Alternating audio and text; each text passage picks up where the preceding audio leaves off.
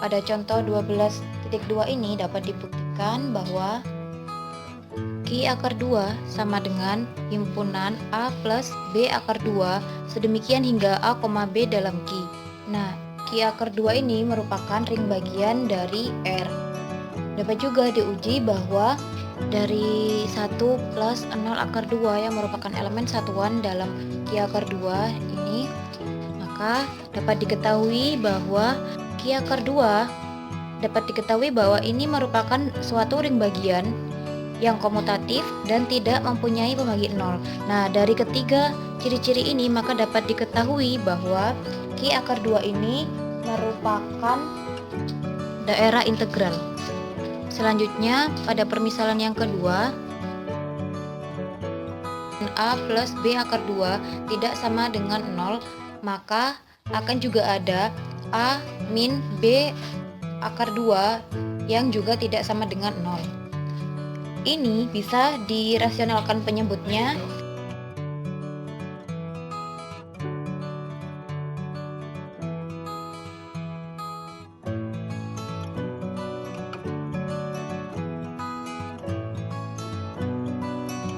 dari A plus B akar 2 tidak sama dengan 0 ini, kita dapat merasionalkan penyebutnya. Jika ini sebagai penyebut, maka akan mendapatkan atau menghasilkan seperti ini. Nah, dalam hal ini juga bisa dirasionalkan yang akan menjadi tidak nol, akan membuktikan bahwa itu merupakan atau tidak menghasilkan nol.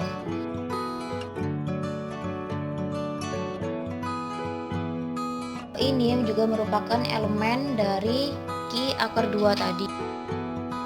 Yang ini tadi kan berarti setiap elemen Q akar 2 akan mempunyai inverse terhadap perkalian dalam operasi Q akar 2 tadi, dan berarti Q akar 2 merupakan sebuah field. Nah, dari contoh 12.1 dan contoh 12.2 ini dapat diberikan bahwa field R atau Q dapat dibentuk menjadi sebuah field yang lebih besar yang memuat field tersebut. Jadi ini bisa lebih diumumkan bentuknya menjadi, ini merupakan bentuk umum dari yang didapatkan pada contoh 12.1 dan contoh 12.2. Telah dijelaskan di contoh 1 dan 2 tadi itu bahwa setiap field merupakan daerah integral, tapi tidak setiap daerah integral merupakan field.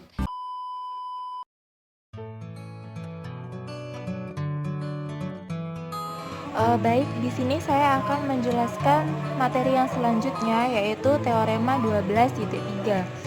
Di sini diketahui D daerah integral dan A, B, dan C merupakan elemen dalam D dengan A tidak sama dengan 0. Jadi apabila diketahui seperti ini, maka berlaku sifat-sifat berikut ini, yaitu sifat yang pertama, jika A, B sama dengan AC, maka B sama dengan C. Ini menggunakan kanselasi kiri, nih ya. Yang kedua, jika BA sama dengan CA, maka B sama dengan C. Ini menggunakan kanselasi kanan. Yang ketiga, persamaan AX plus B sama dengan 0. Dengan X tidak diketahui. Paling banyak ini mempunyai satu penyelesaian.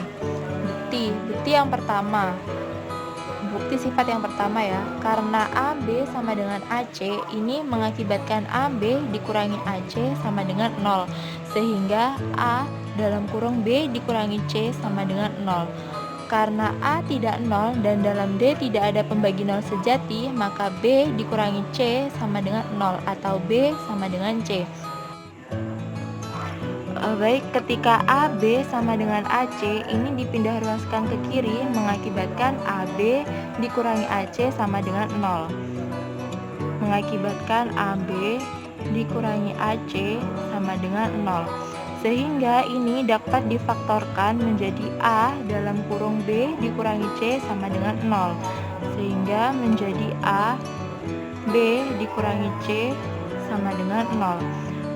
Karena di sini kita menggunakan kanselasi, yaitu sama-sama menghabiskan 0 dan yang dicari yaitu daerah integralnya.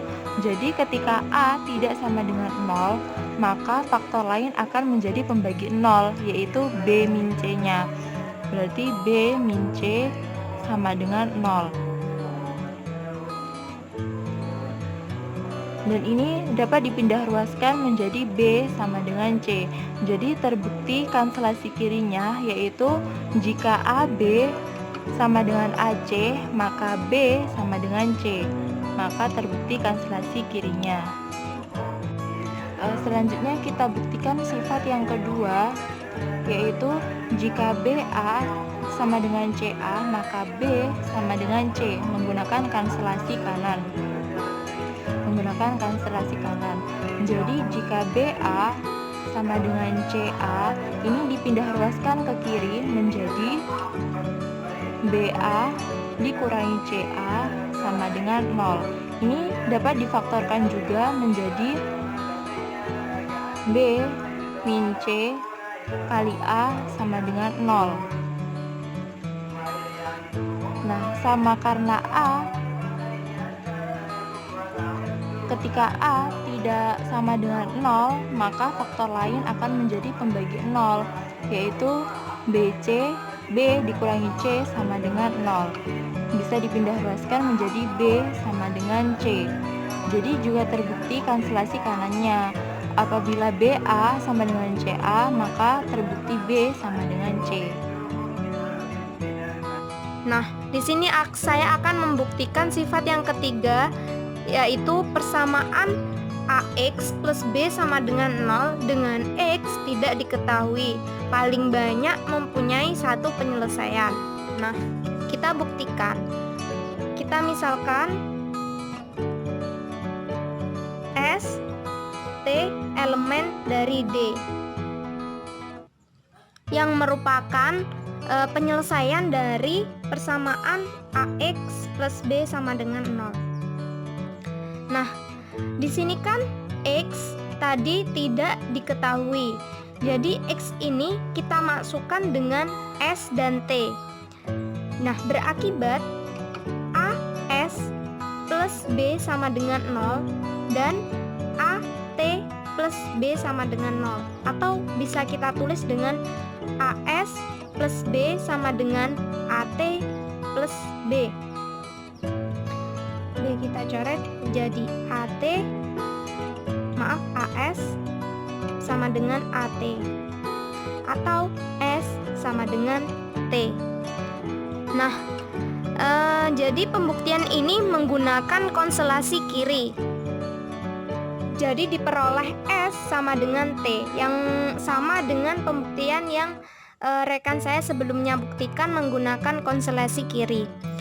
Nah, teorema ini di atas berlaku pada daerah integral. Nah, sebenarnya juga berlaku oleh sembarang ring yang tidak mempunyai pembagi 0. Nah, persamaan AX plus B sama dengan 0 tidak perlu mempunyai suatu penyelesaian dalam Z. Tetapi bila A dan B elemen suatu field dan tidak 0, maka teorema berikut ini menjamin adanya persamaan AX plus B.